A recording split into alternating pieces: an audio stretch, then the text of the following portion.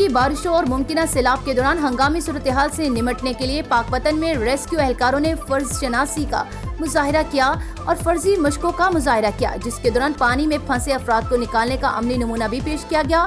Report कर रहे हैं अली अहमद असद। मानसून की मुतवक्का बारिशों और दरियाए सतलुज में मुमकिन सैलाबी सूरत हाल के दौरान बर वक्त रिस्पॉन्स के लिए रेस्क्यू एहलकारों ने तैयारियां मुकम्मल कर ली।